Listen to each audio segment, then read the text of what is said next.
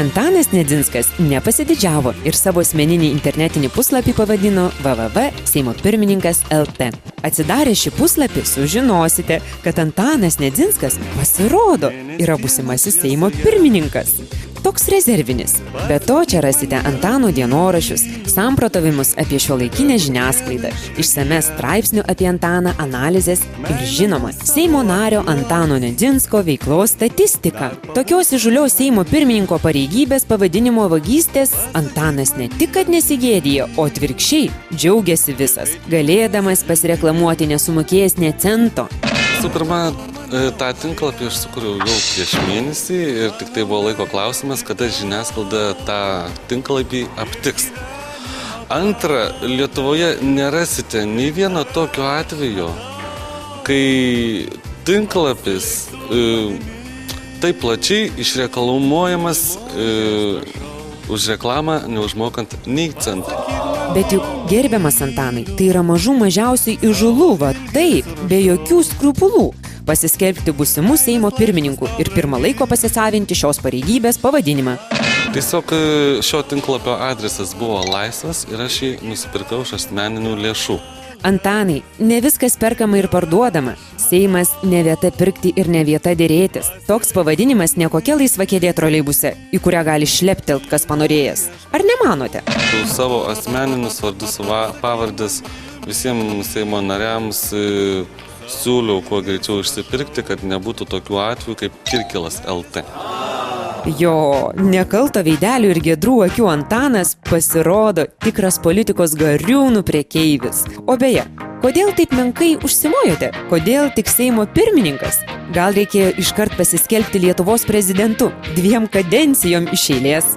Nes man yra per mažai metų ir per mažai, kaip sakyt, dar mano nugyventa.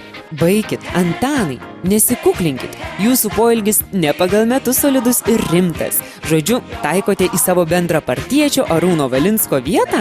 Dar nieko jūs Seime neapšilot, o patį pačiausią Valinską norit nuo sosto nuversti? Būsimasis, tai galbūt būsimasis. Ir kita vertus, neaišku po kiek metų, ar po 4, ar po 8, ar po 12, ar 18, o gal būsimasis kažkada. Akivaizdu, kad Antanas Nedzinskas savo poelgį, jeigu adekvačiai suvokia, tai niekiek nesigėdė. Reikia specialisto komentaro, todėl kviečiam etikos sargą, tikrą Seimo dorovės ir moralės cerberį Algimantą Salamakiną.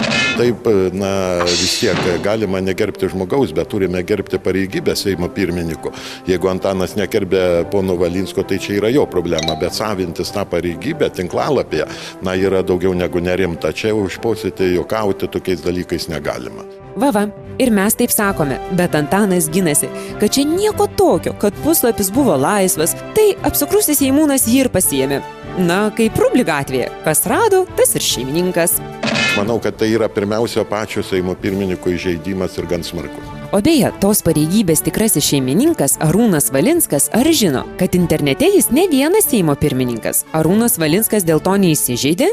Ne, tikrai neįsižeidė, tiesiog linksmai nusišypsojo ir tiek. Jis turi kitas internetinės erdves internete ir ten gali savo informaciją paskleisti. Tai gal, ponė Salamakinai, jūs čia be reikalo taip pykstate, juk Antanas tame puslapyje nieko blogo nerodo. Štai jis su prezidentu Valdu Adamkum. Tiesa, čia montažas. Štai su Paksu, su Paulausku, oi, čia irgi montažas. O, prašom, koks grožis, Antanas ir Donata. Arba ne, Antanas ir gražiosios rinkėjos, bet čia jau jokio montažo ir jokio photoshopo. Kada pažiūrėjau, kas ten tam tinklalapį yra, ten pridėta jo nuotraukų su merginom trumpais sijonais, visa kita, tai yra jo atseiti po rubriką Seimo nario veikla, ką jisai veikia Seime, tai atsivertus šį tinklalapį, atrodo, kad jis daugiau nieko neveikia, tik tai ten kažkas tai prie automobilio, su ant pevūtis gulinti su, kiek supratau, dainininkė Zvonkė. Ir, komentaras, čia, aš nežinau, kaip žiūrėtų etikos komisija, manau, kad šito svarstymo jis tikrai nusipelnė. Na ką, Antanai, teks eiti pas Salamakiną ant kilimėlio. Tuo tarpu kitiems pranešame, kad dar yra gerų neišpirktų pareigybių. Tiesa, Valinskas, sekdamas Antano pavyzdžių, dabar turbūt nusipirks savo puslapį www.lrprezidentas.lt. Juk reikia būti budriam.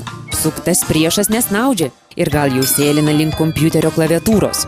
Juo labiau, kai tas potencialus priešas iš bendrapartiečių tarpo.